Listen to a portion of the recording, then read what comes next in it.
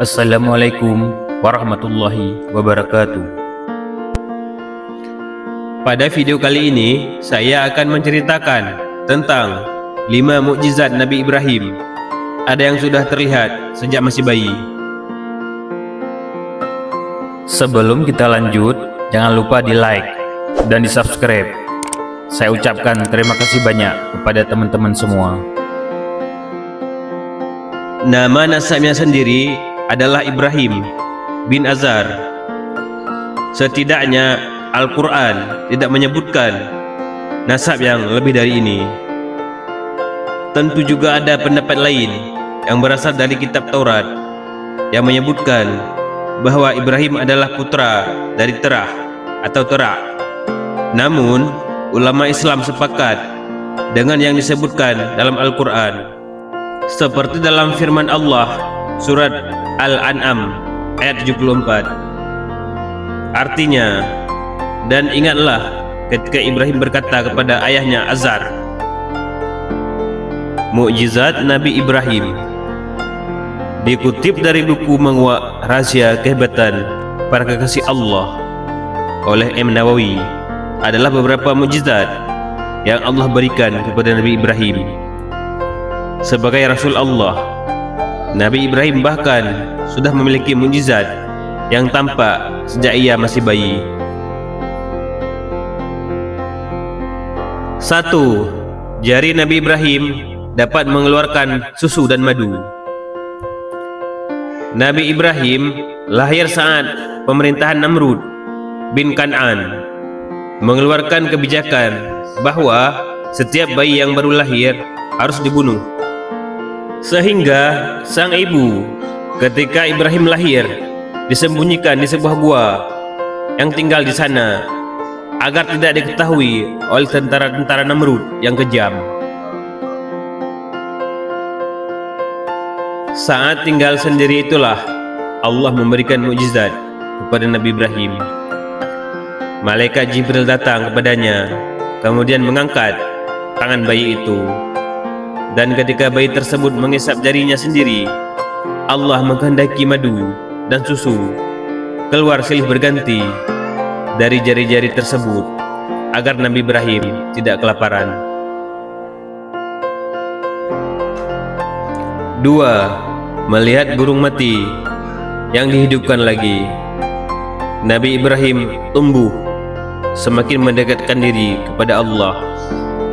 Saat mulai tumbuh lebih dewasa, ia bermunajat kepada Allah agar diizinkan untuk melihat bagaimana Allah menghidupkan yang mati, menciptakan makhluk, dan mengetahui bagaimana proses penciptaan. Kemudian Allah mengabulkan doanya dengan memperlihatkan kepada Nabi Ibrahim 4 ekor burung yang dihidupkan kembali.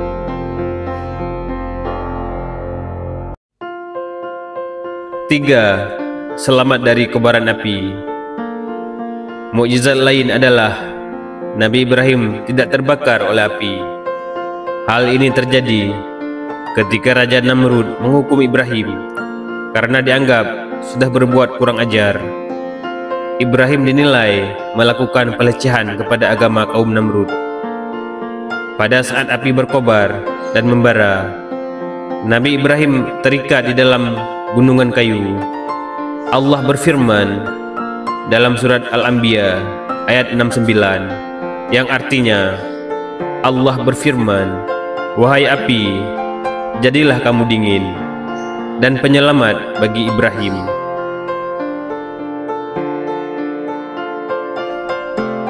4. Serangan nyamuk.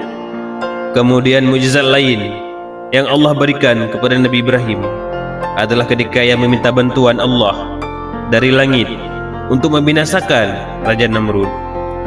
Allah pun mengizinkannya dengan mengeluarkan nyamuk dalam jumlah yang sangat banyak.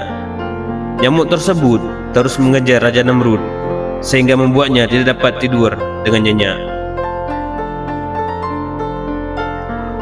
5. Pasir yang berubah menjadi makanan.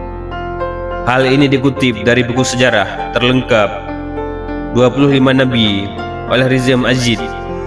Pada saat itu, Raja Namrud memiliki berbagai makanan, sehingga orang-orang datang kepadanya untuk mendapat persediaan makanan, termasuk Nabi Ibrahim. Namun, ia tidak diberi bahan makanan, sehingga keluar tanpa mendapat makanan satupun. Ketika ia hampir sampai di rumahnya, ia menghampiri gundukan pasir dan memenuhi kantongnya dengan pasir tersebut. Ia berkata, "Bila aku telah sampai pada keluargaku, maka aku akan menyibukkan keluarga dengan pasir ini." Lalu, sesampainya di rumah, istrinya membuka kantong yang dibawanya, dan kantong tersebut ternyata berisi bahan makanan. Berdasarkan yang ditulis oleh Imam Nawawi, mukjizat Nabi Ibrahim ini menjadi suatu hal yang membantunya menunjukkan kebenaran akan seruannya.